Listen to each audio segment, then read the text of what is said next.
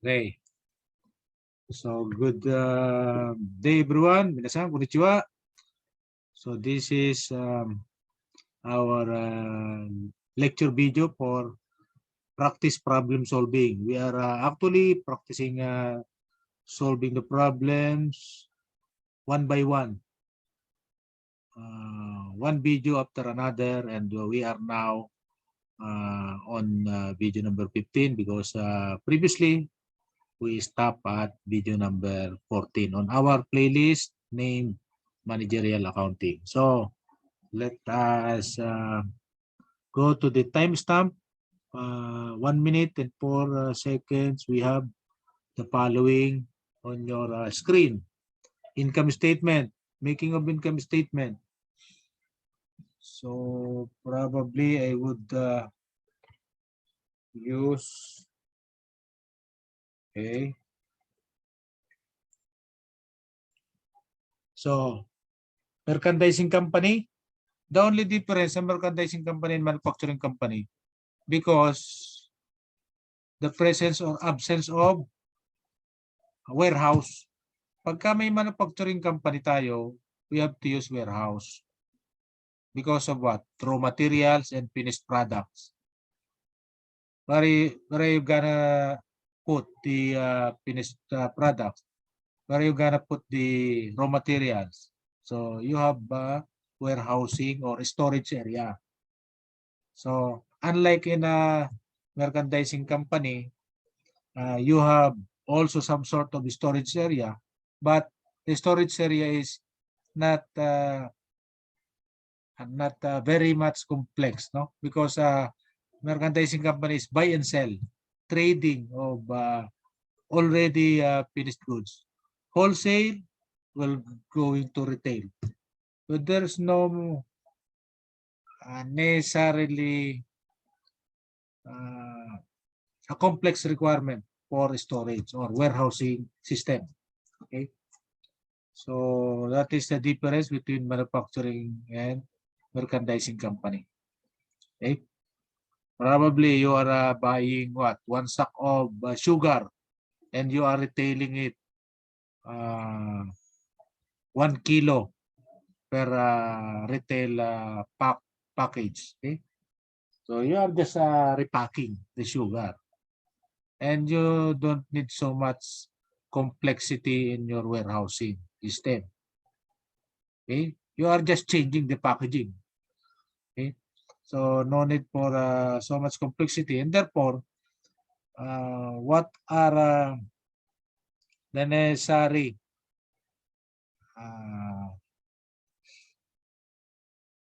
transaction names, account names in merchandising company?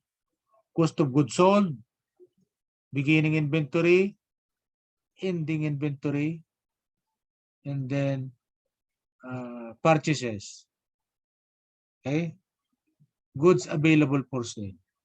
Okay, while in manufacturing company, we have an additional account name which is called cost of goods manufactured. Okay, because you are manufacturing. Cost of goods sold manufactured.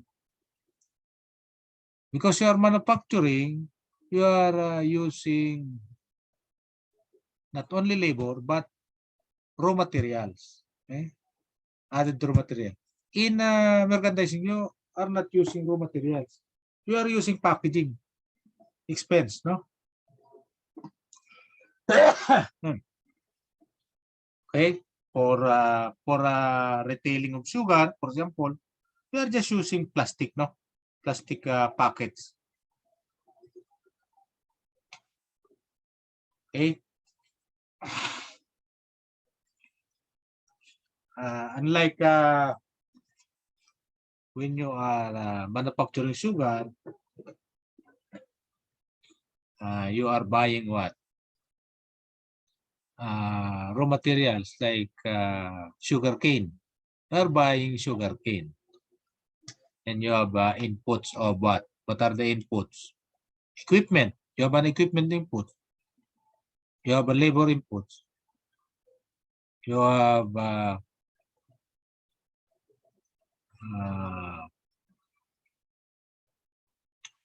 the overhead input on manufacturing. For example, you are paying security guard to secure the factory.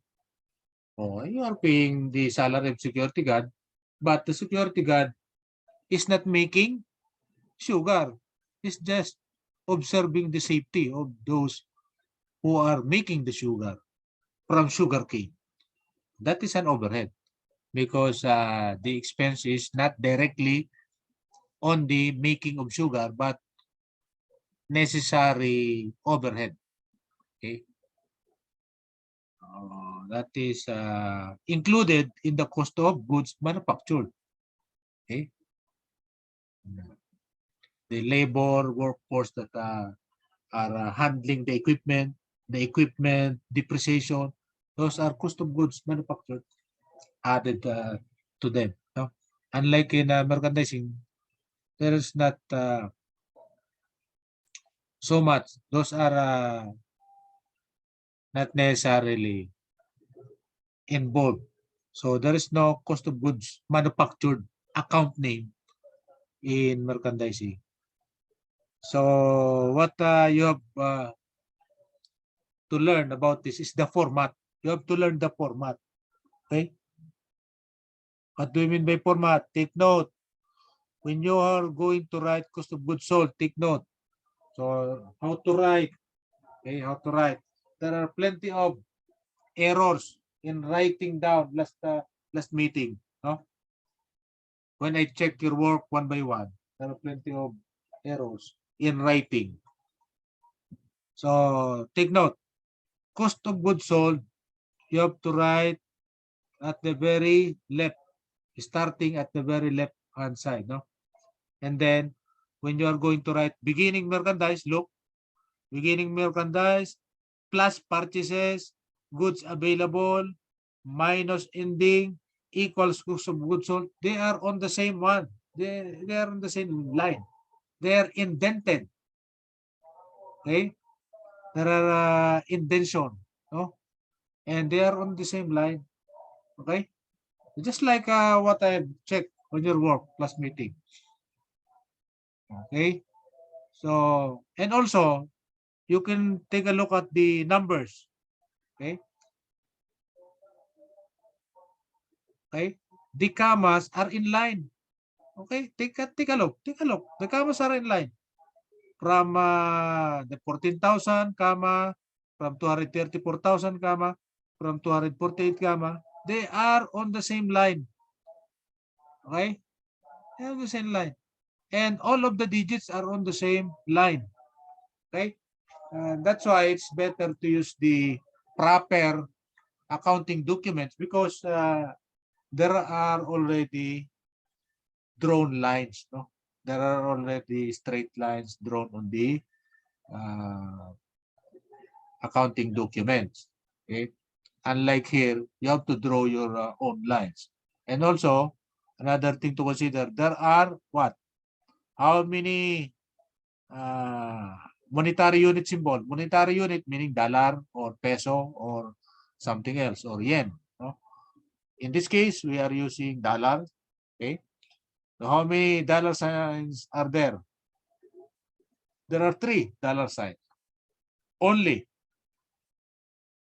But there are how many numbers? There are 5. There are 5 amount in terms of dollars, but there are only 3 dollar signs reflected on the income statement. Why?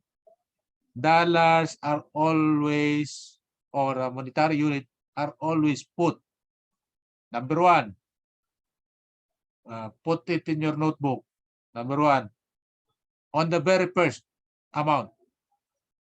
Okay, the very first amount. What is the very first amount? 14,200. Then, therefore, you have to put the monetary unit symbol, the dollar sign. Okay, or a peso or yen or something else. Okay.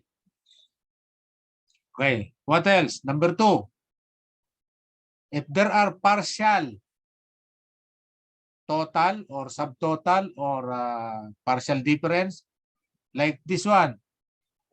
Okay? This is a partial subtotal. Okay? Subtotal. Meaning 14,200 plus 234,150. If you add these two numbers, you will have the total or subtotal 248. So since this 248,350 is subtotal, you have to put the dollar sign.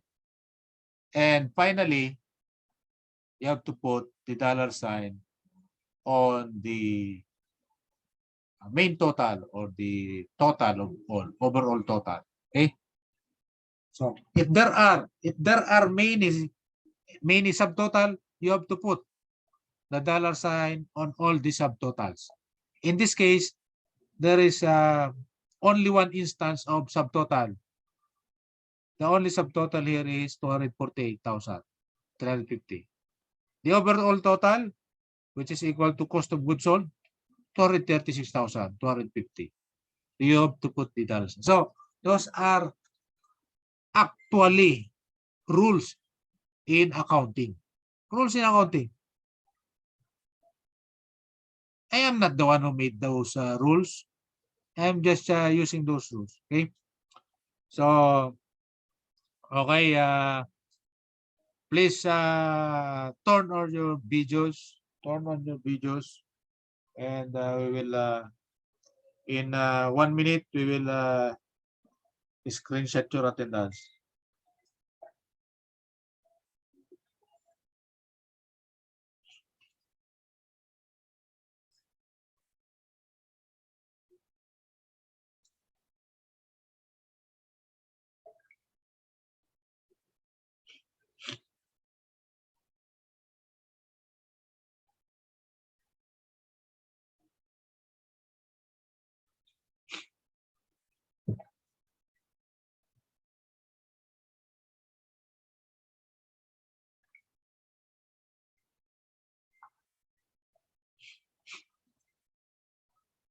Turn on your attendance. So, in 30 seconds,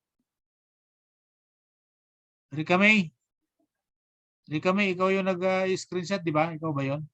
O si ano? Sino yung lalaki na nag-screenshot? Donato, sir. Donato, saan ka? Andiyan ka ba? Donato. Andiyan ka ba? Sino mag-screenshot sa atin ngayon?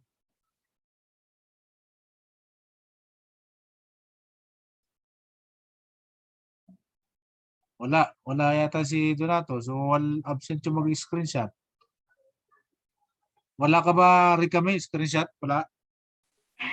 Ako na lang po, sir. Sino ka? Padilla po. Okay, sige. Padilla. Take the screenshot.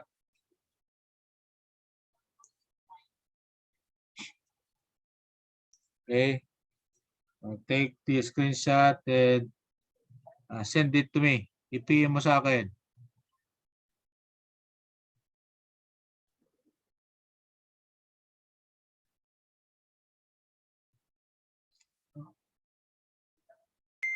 Okay na po, sir. Okay na? So, ano to? So later, send mo yan sa akin, no? Later. So yung mga na-screenshot dyan na hindi nakita yung mata, dapat nakita yung mata nyo sa screenshot. Kung hindi, hindi counted.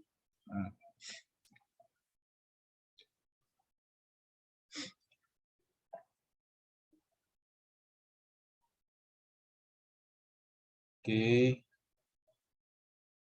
Ano to? Ano to? Nawala yung aking ano. Wait. I will oh.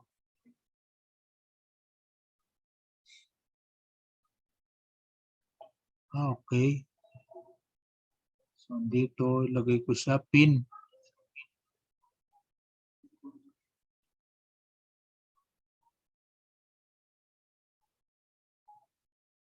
So,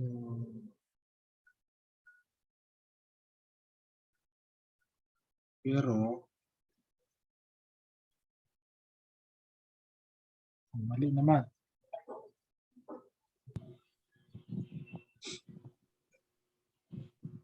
Yan, no? Baliktad. Ito pala, kabila.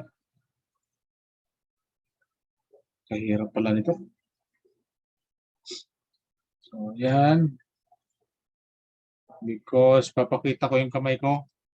Dito, papakita ko yung kamay ko. Ano ba yung papel, no? Papel natin.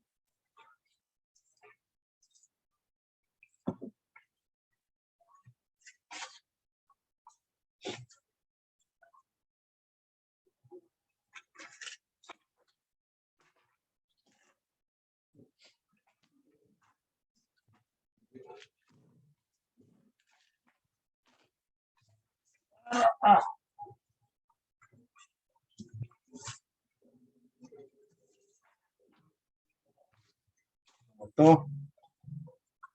Papel natin, no?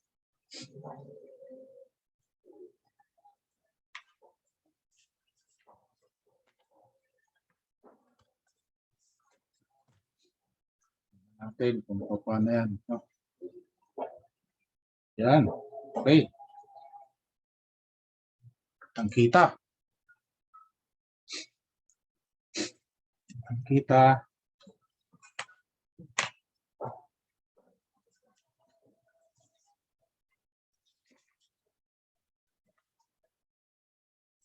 Problem solving, dito natin susulat.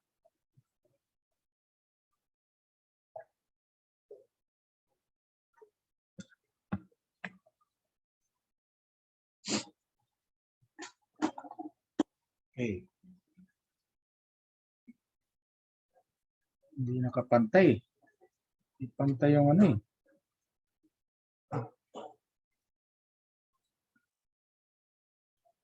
Okay, ganyan, no?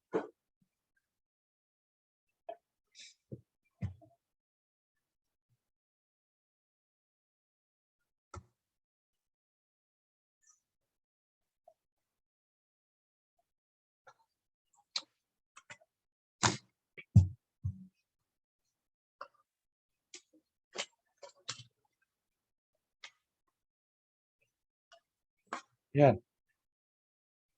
Yan na.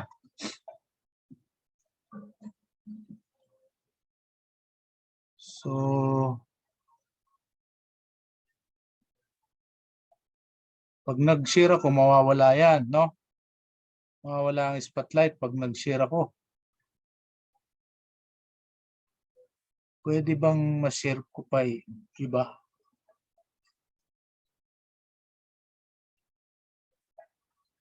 Ano nga, nawala na nga. Pag nag-share ako, nawala siya. Palakihin nyo na lang. Palakihin nyo yung kamay ko sa inyong screen.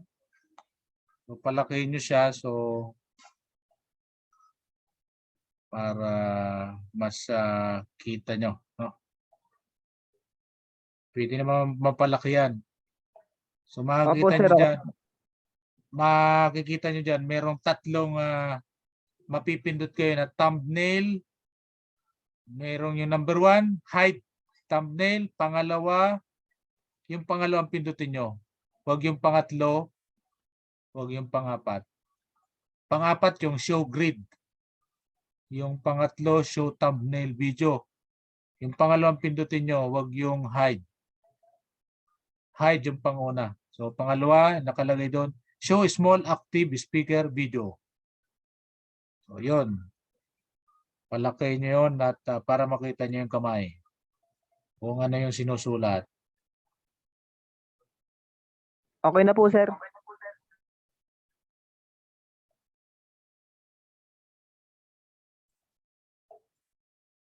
Dito yan.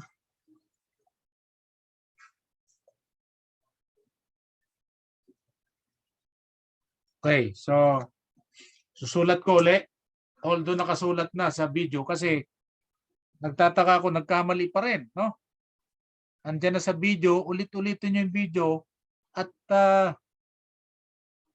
Oh. Halimbawa, manufacturing company. Okay, sinusulat ko. Manufacturing. Magsulat din kayo. I-open nyo yung video nyo. Titignan ko kung sinong hindi nagsusulat. Paano makakapag-practice kung hindi nagsusulat? Manufacturing company. If you have accounting document, use it. Either you do it your own or you buy from the school supply. So manufacturing company has the following income statement. So income statement.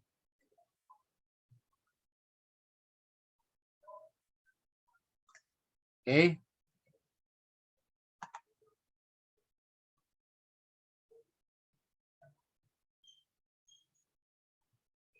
Income statement. So how to write the income statement now?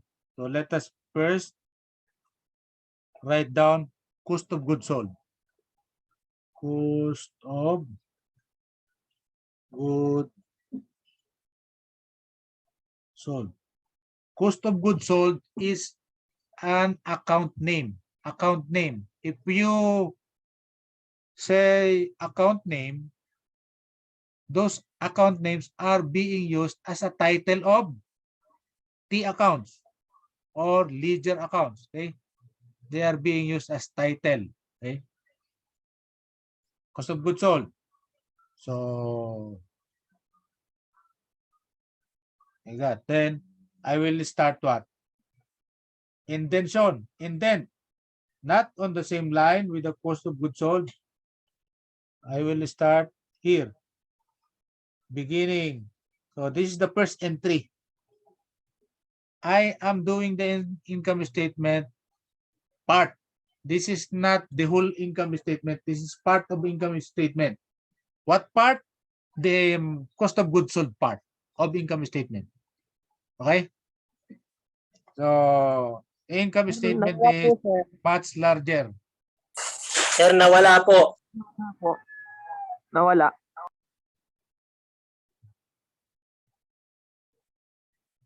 Okay.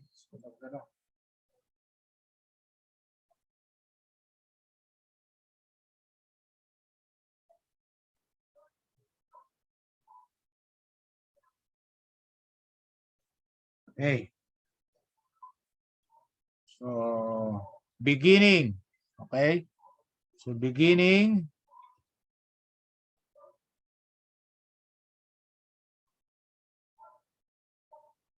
Finished goods. Finished goods. Inventory.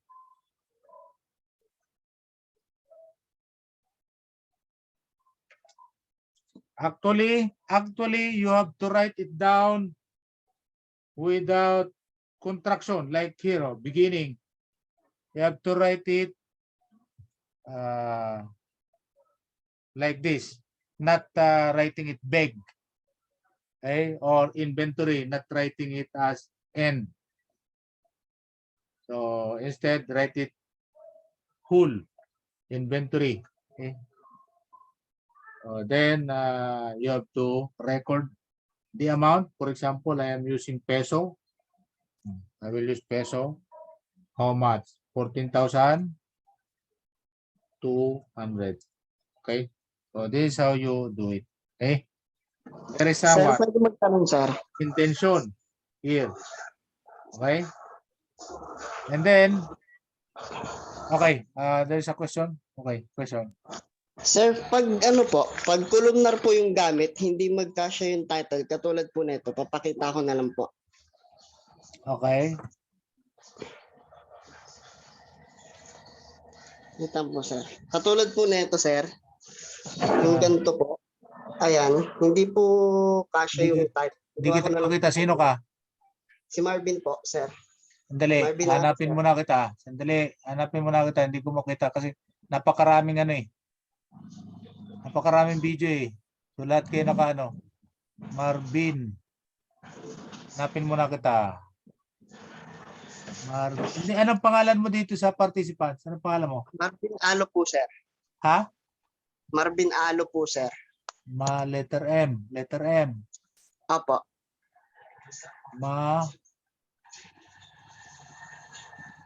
Wala naman sa letter M. Pangalan mo dito sa participants. Marvin Alo po, sir. Saan nakalagay yun? Kasi nagsasalita ka. Kaya Ito po, sir. Pakita pumunta po. ka pala May sa po, ano. sir. Pumunta ka pala sa itaas. Opo. Okay, sandali. Sige. Sandali. Pag ganyan, Sandali. The spotlight. O, yan. O, yan. Nakikita ka ng lahat. Okay, so. hindi po kasya yung mga title, sir. Kaya ginanyan ko na lang po. Ginaya ko po yung sa ano, sa video.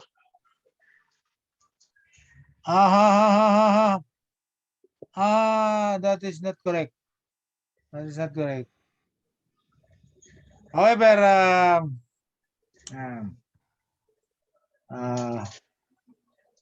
we cannot actually say that that is an error either. No, it's not correct, but it is not an error either. So it depends. It depends on you. No? So, if you are using columnar like that, okay, the important thing here is you know what you are doing. Okay. Opo. That's why it is not entirely said in the principle that this type of recording is error or mistake, no? But still, this is what I'm doing is the right way, no? What I'm doing is the right way. Opo. So this is the suggested. This is the suggested one. That is not an Ulitin ko na error. po, sir. That is not an error, but that is not suggested by the accounting practice. Okay, Opo. but still you can do it that way. Particularly, I am looking at your work. You have you have done it.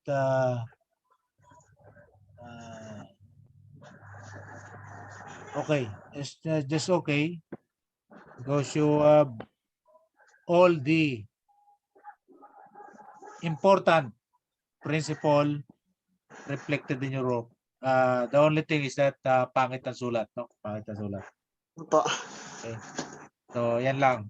Pero other than that, that is correct. And also, you have to write income statement, the word income statement. Opo. Ulitin ko na lang po, sir. You have to write it because there are several accounting documents, not only income statement. There are several. So if you don't have the title income statement, later on, after 6 months, you will forget what is this document. You will forget. Okay, after 6 months. So that's why you have to use the title properly. So like what I am doing. So manufacturing company. Actually, this manufacturing company is actually your name of the manufacturing company. For example, the name of manufacturing company is ABC Manufacturing Company. That is the name. So you have to write ABC Manufacturing Company. For example, the name is PLDT. So you have to write it PLDT income statement. Like that. Okay? For example, the name is Taguig City University. Oh, you have to write Taguig City University income statement. Like that. Okay? Clear? Opo, sir. Ulitin ko na lang po, sir. Okay, so let's continue. So that's good that you have the will to repeat and repeat. Repeating and repeating, no? Opo, sir. Will make you understand it better. Thank you po, sir. So, what's next for me? Plus. I will write the plus. At the same. Okay? So look at my hands. Okay? Where is my hand?